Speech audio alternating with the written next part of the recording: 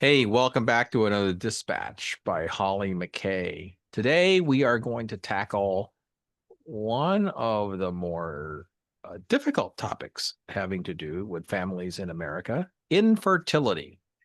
Apparently, infertility is higher than it has been in the past, causing many problems in this country. And Holly just finished an article about it. So we're going to explore that a little bit more today. First, let's start off with the science, the phenomenon. What's happening? Mm. Well, this is something I found really interesting because it seemed to me that everyone I was talking to, everywhere I was going, podcasts that I was listening to, it just seemed like everybody was turning to these medical interventions like IUI, IVF, very expensive. Um, it just seemed like everybody was, every other person you talk to. And this just really made me think what is going on, that people can't have babies sort of the way they used to. And I wanted to look at it medically and not just from perspective of parents being older now than they used to be and things like that, but actually just medically what the issues were, what was going on. And this is something that it doesn't impact it is impacting people not just sort of in their late 30s or early 40s. It's impacting people in their 20s. A statistic that I read was that women under 20 now sort of have lower fertility rates than their grandmothers did at 35. And pretty much every man on the planet having less viable testosterone than their fathers or grandfathers. So it's something I think that's definitely worth a really big dig into. And so that's sort of what I've done with this piece. And it's quite fascinating. If you want to just look at the numbers, the United States fertility rate, it just continues to fall each year, and it hit quite a historic low in the last couple of years. According to the CDC, the general fertility rate, which is measured at live births per 1,000 women aged 15 to 44, it dropped to 44. So that's 54 per 1,000. And so that's sort of a 3% decline from the year before. And it's just been this constant downward trend. And so it's something that the Trump administration has been looking into because of I guess, the lack of replacement numbers, which has very long-standing economic concerns going forward. But beyond kind of the policy component is why is this happening and what are the medical factors behind it? And I think if you talk to professionals, which I've talked to several, the general consensus is that it's not one particular thing, that it's sort of a multitude of things that are happening in our society. As I said, one major factor is age. Americans are certainly waiting longer to start families.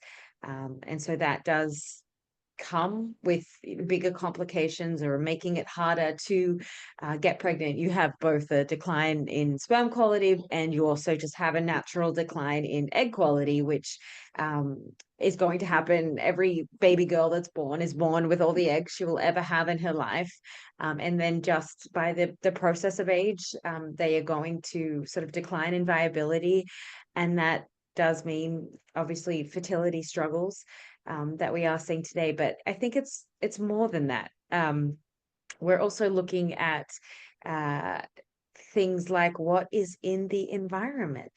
And this is terrifying. And this has been something I've been exploring on different levels.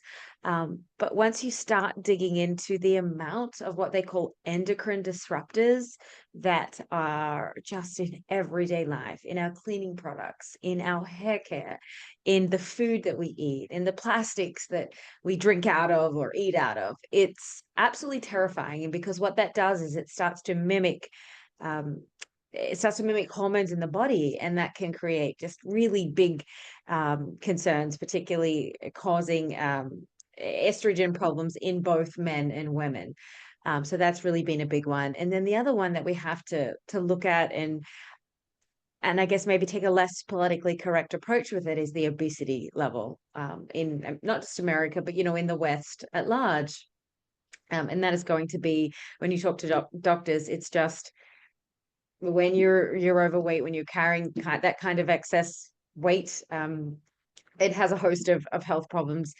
One of those being fertility problems in women, Excess weight can disrupt ovulation. It's closely tied to conditions like polycystic ovarian syndrome. And then, of course, in men, it has also been associated with lower sperm quality.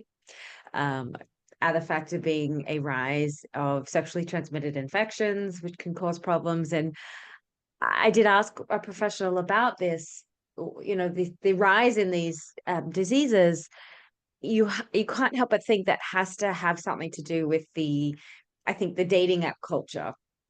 Once upon a time, people had to kind of work hard to find a partner to take to bed, and I think just kind of the attitude with it and the apps makes it just incredibly easy. And so with that, I think you have a whole host of problems that are being scrutinized as well. So there's a lot to it.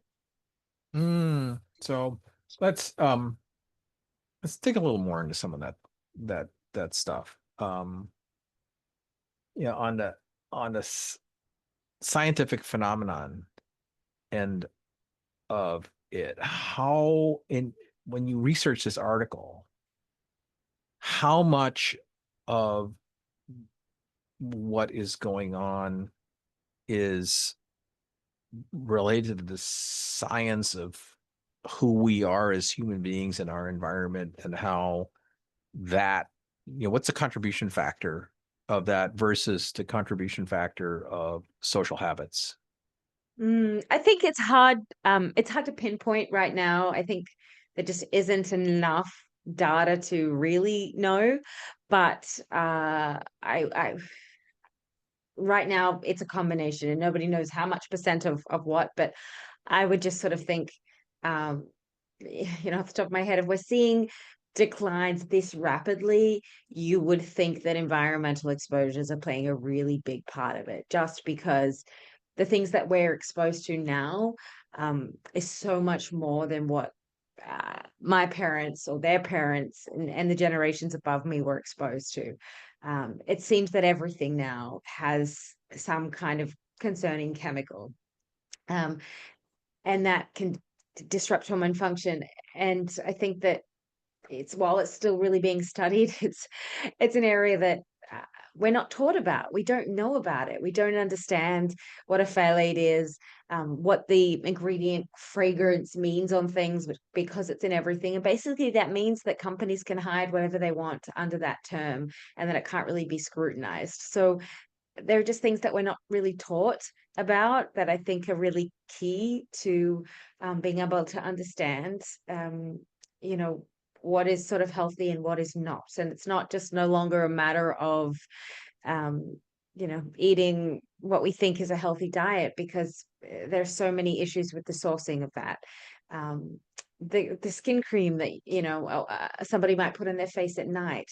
How many of us really actually check those ingredients and check to think what kind of health ramifications could come from something that we can't pronounce?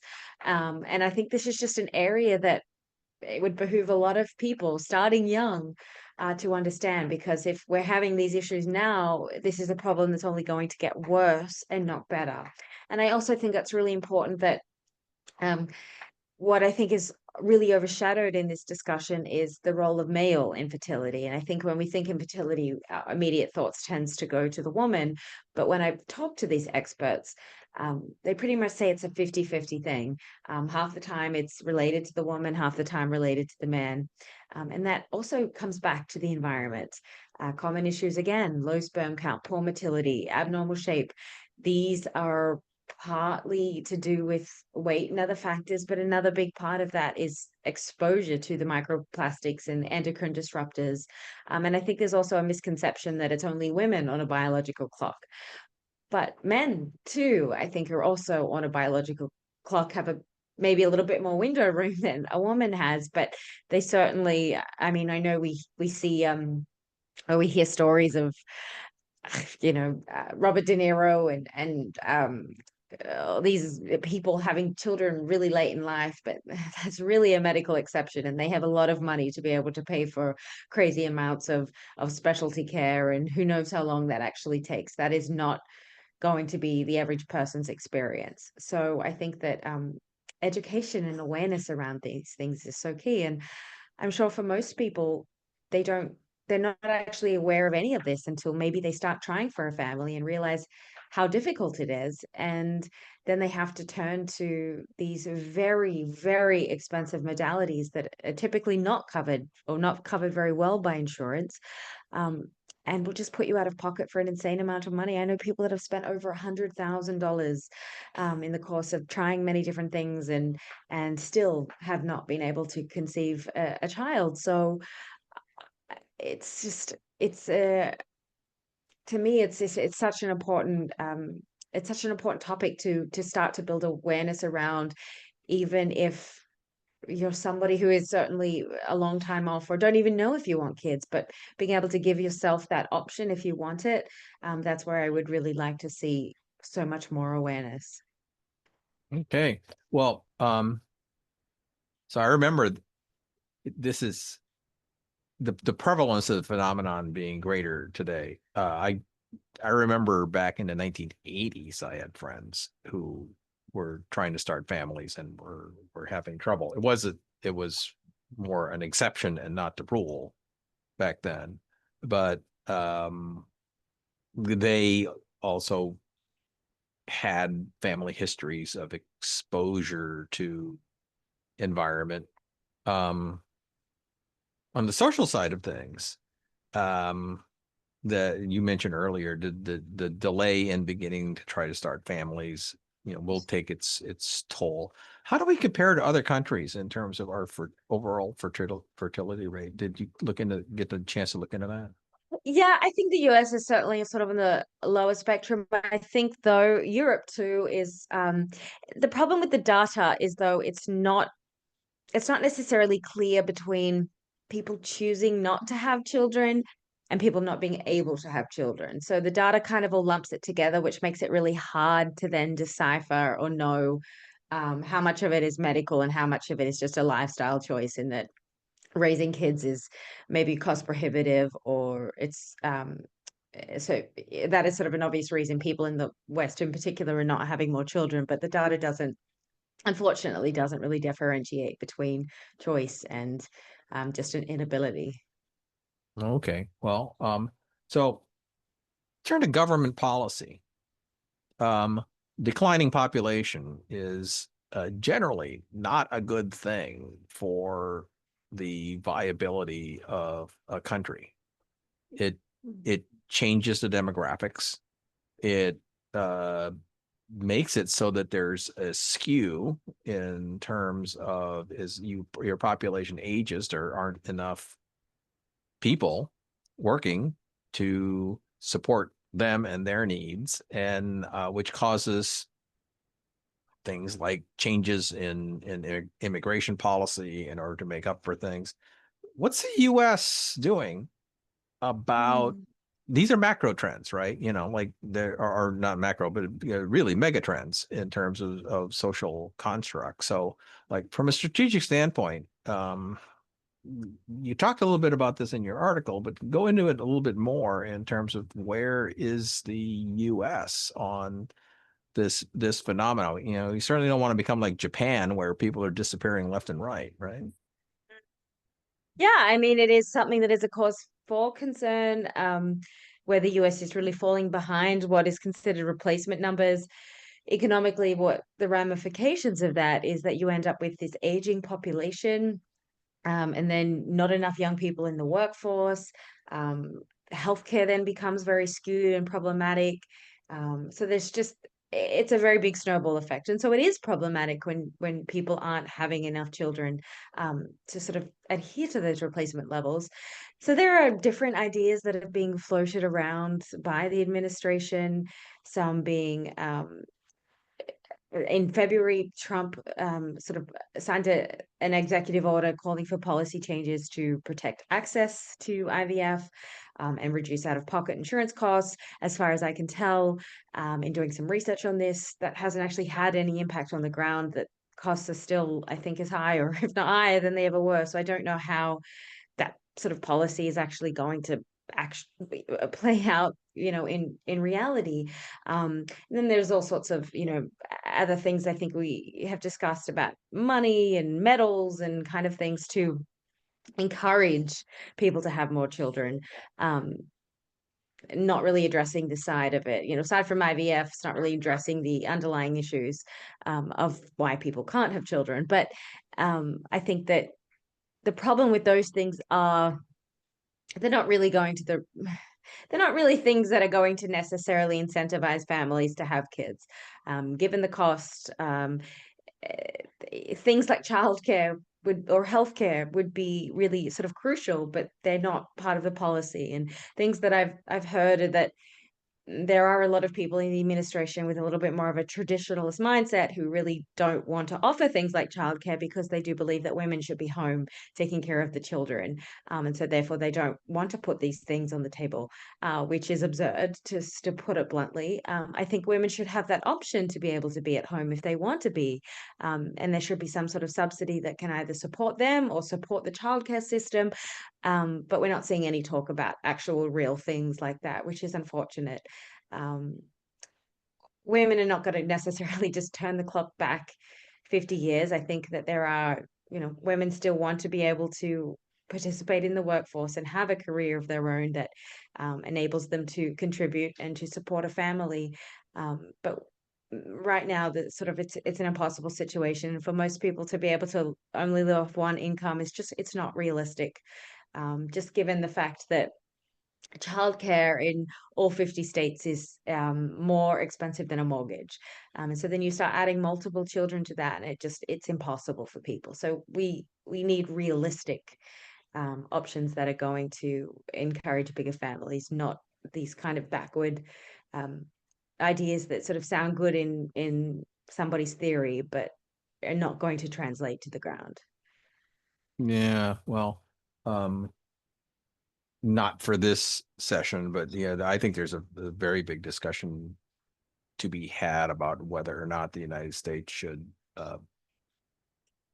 deliberately convert itself back into a single income earner family structure, the affordability aspects of it and everything. And if we go down that path, are we going to be insightful enough to understand that the single earner does not have to be one gender or another? It could be either one. Mm, And mm, yeah, it's basically who has the better contribution to the workforce, and then who has the better contribution to family life. Um, and then you've also got the single parent problem. Lots of other issues that I mean, that's why, I was kind of wondering whether the government was looking at any of those kinds of issues to go along with policy to make it easier or more attractive to have children. And it looks like we have a little bit of a ways to go. Um, Solutions to fertility. How much research is actually going on in this area? And is anything on the horizon that looks like it uh, will work, or is it really just an expensive haul for people? Right now, there are some great developments within the IVF industry, and I think that is wonderful that they exist for people. Again, super cost prohibitive for most people. And I was listening to a 60-minute segment last week where basically one of the sort of major IVF places, the head of that was saying how in the future, the IVF is the future in terms of when people decide they want a family, they're not even going to bother trying, the old-fashioned way. They're going to just go straight to IVF. And I found that comment problematic and a little predatory, to be honest, that we're sort of relying on, again, these big pharma companies, um, the medical industry to do something that shouldn't require that. And so once we sort of start putting this mindset out to people, I found it wrong. So I think while I'm very glad that IVF exists, I do want to sort of see more research going into and more awareness going into the root causes of this, as opposed to just kind of trying to find these very expensive remedies, as opposed to, again, the root cause. And this is a problem with a lot of things. We want to we want to find solutions that are all sort of fancy and technological rather than actually addressing what's behind it. So I think that is also a, a bit of a part of the problem too. Yeah, well, here- so I read that part and I'm not ready to substitute reliable test tube babies for good old fashioned rolls in the hay, right? Hmm. Because that's a social phenomenon.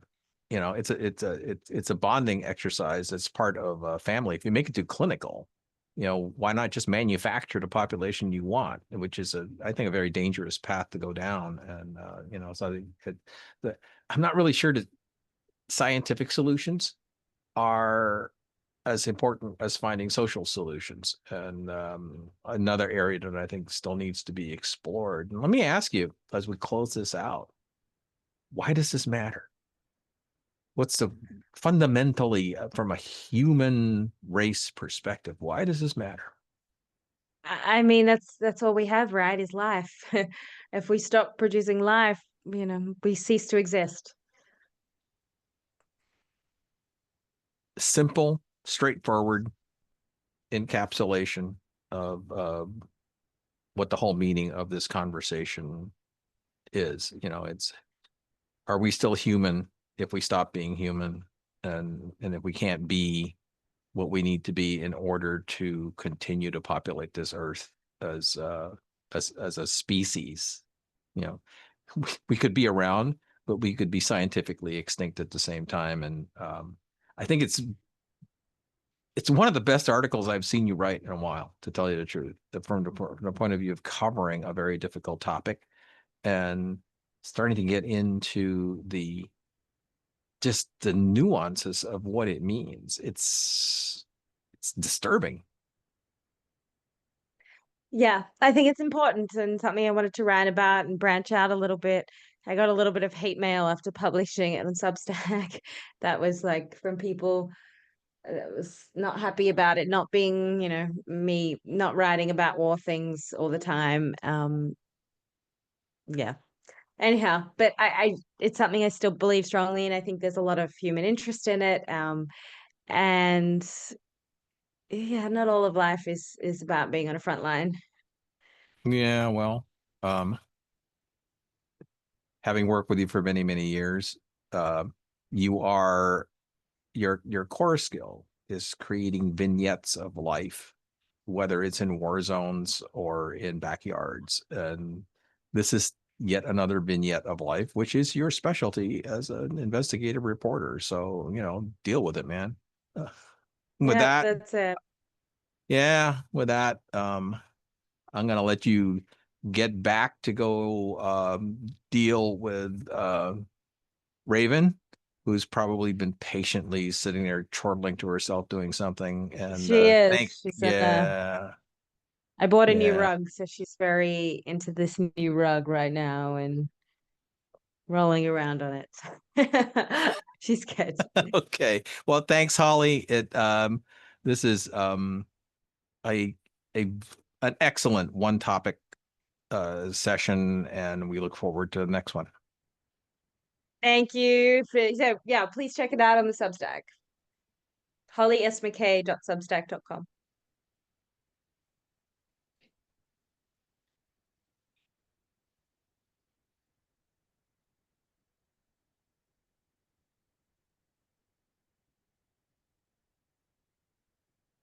Did I lose you? No.